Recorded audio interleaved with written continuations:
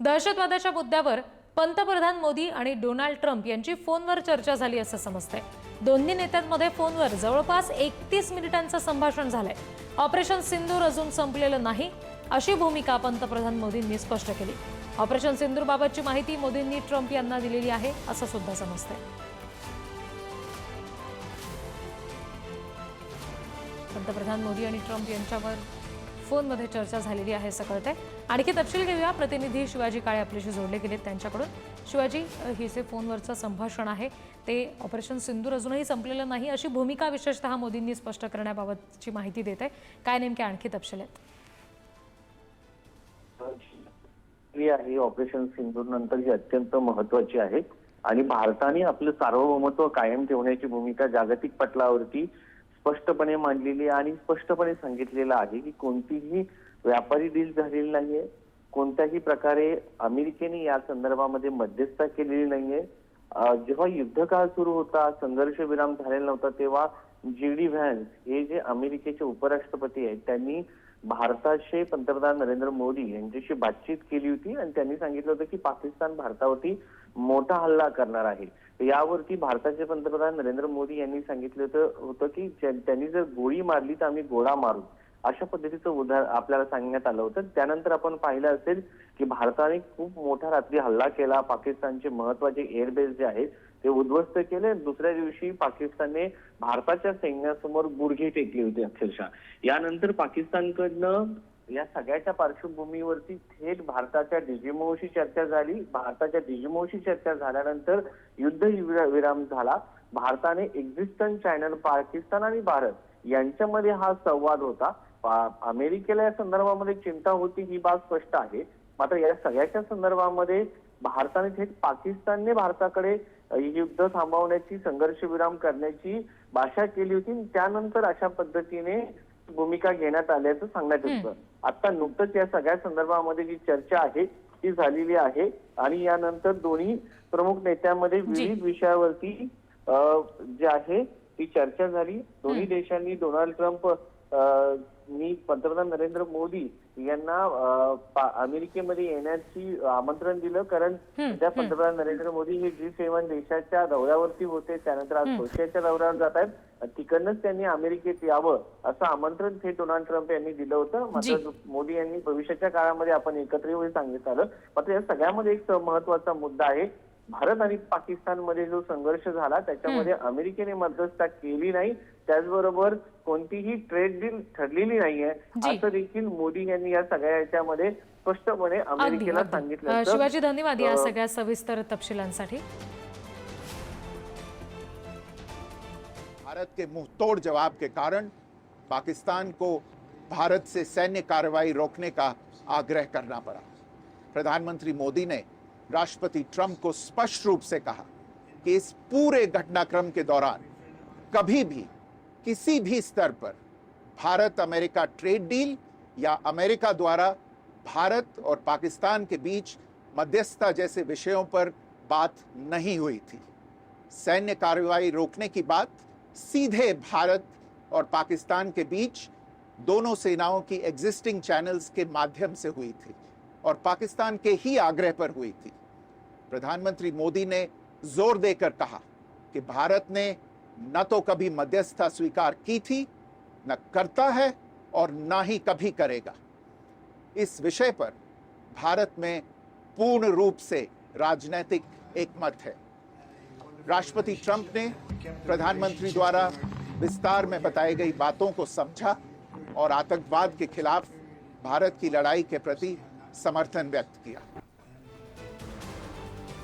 Operation सिंदूर अजूनही संपलेलं नाही अशी भूमिका पंतप्रधानांनी आता स्पष्ट केलेली आहे। ट्रम्प यांच्याशी फोनवरून त्यांचा जो संवाद झाला त्या दरम्यान त्यांनी ही भूमिका स्पष्ट केल्याचं आता समजतंय।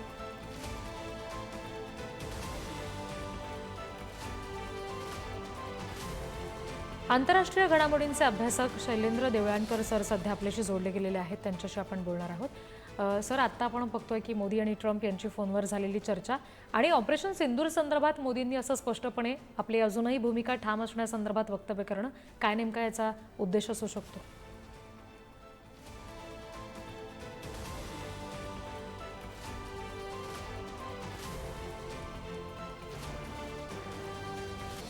आपण पुन्हा एकदा शैलेंद्र सरांना संपर्क करायचा प्रयत्न करूया. काही तांत्रिक अडचणी येत आहेत, पण आपण सध्या ही बातमी पाहतोय. पंतप्रधान मोदी आणि ट्रम्प यांचा फोनवरून संवाद झालेला आहे आणि दोन्ही नेत्यांमध्ये जवळपास 31 मिनिटांचं संभाषण झालं आणि या दरम्यान ऑपरेशन सिंदूर अजूनही संपलं नाहीये अशी अगदी स्पष्ट भूमिका मोदींनी सांगितलेली आहे असं कळतंय. ऑपरेशन सिंदूरबाबतची माहिती मोदींनी ट्रम्प यांना सुद्धा दिलेली आहे.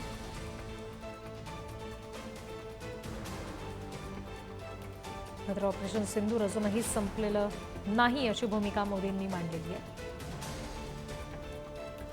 आंतरराष्ट्रीय घडामोडींचे अभ्यासक शैलेंद्र देवळणकर सर सध्या आपल्याशी जोडले गेलेले आहेत. त्यांच्याशी आपण याबाबत बोलणार आहोत. सर, आधी जेव्हा ट्रम्प यांनी म्हटलं होतं की भारत पाकिस्तान युद्धादरम्यान आमची मध्यस्थी आहे, भारतानं ते नाकारलं होतं आणि आता ट्रम्प आणि मोदी यांचा फोन होणं, त्यामध्ये ऑपरेशन सिंदूरबाबतची भूमिका मोदींनी स्पष्ट करणं, काय नेमका या सगळ्याचा अर्थ लावायचा? मला असं वाटतं एकूणच भारत अमेरिका संबंधांच्या दृष्टिकोनातनं आजचं हे जे संभाषण होतं ते महत्वपूर्ण होतं. त्याला दुसरी पार्श्वभूमी अशी होती की डोनाल्ड ट्रम्प यांनी टॅरिफच्या संदर्भामध्ये जी 90 दिवसाची डेडलाईन दिलेली होती ती पण आता जुलै फर्स्ट वीक मध्ये संपुष्टात येते आहे. त्यानंतर कॅनडामध्ये ज्या वेळेला G7 ची परिषद ही चालू आहे त्यावेळेला प्रामुख्याने भारताचे राष्ट्राध्यक्ष आणि भारताचे पंतप्रधान आणि अमेरिकेचे राष्ट्राध्यक्ष दोघे परस्परांना भेटत असतात. परंतु यावेळेला इस्रायल आणि इराणच्या संघर्षाच्या पार्श्वभूमीवर डोनाल्ड ट्रम्प यांना ती भेट अर्धवटच सोडून जावं लागलं होतं, कॅनडा भेट. आणि त्यानंतर हे बोलणं राहिलेलं होतं जे आज दूरध्वनीच्या माध्यमातून पूर्ण झालं. यातनं प्रामुख्याने 3 गोष्टी या अतिशय स्पष्ट करण्यात आल्या. पहिला मुद्दा जो होता तो दहशतवादाचा प्रश्न होता. दहशतवादाच्या प्रश्नावरनं भारत आणि अमेरिका यांच्यामध्ये गेल्या 2 दशकांपासून सहकार्य आहे. त्याचप्रमाणे या दोन्ही देशांमध्ये हितसंबंधांची परस्पर व्यापकता दहशतवादाच्या निर्मूलन करण्यासंदर्भामध्ये आहे. यामध्ये अमेरिका हा सातत्याने भारताला मदत करत आलेला आहे, इंटेलिजन्स इनपुट शेअर करत आलेला आहे. त्यामुळे ही मदत भविष्यात पुढे चालू राहील, ही पहिली गोष्ट अधोरेखित झाली. दुसरा अत्यंत महत्वाचा आणि कळीचा प्रश्न होता जो ऑपरेशन सिंदूर दरम्यान प्रामुख्याने चर्चेमध्ये आला होता, तो म्हणजे जम्मू आणि काश्मीरच्या प्रश्नामध्ये थर्ड पार्टी इंटरव्हेन्शन किंवा तिसऱ्या एखाद्या व्यक्तीची किंवा राष्ट्राची मध्यस्थी या बाबतीमध्ये भारताची भूमिका ही पूर्णपणे स्पष्ट आहे. 1972च्या सिमला अग्रीमेंट नुसार काश्मीरचा प्रश्न हा भारत आणि पाकिस्तान यांच्यातला द्विपक्षीय प्रश्न असल्यामुळे हा केवळ त्या दोघांच्या चर्चेच्या माध्यमातूनच सोडवला जाईल. यामध्ये कोणत्याही प्रकारच्या तिसऱ्या पक्षाची मध्यस्थी सहन केली जाणार नाही.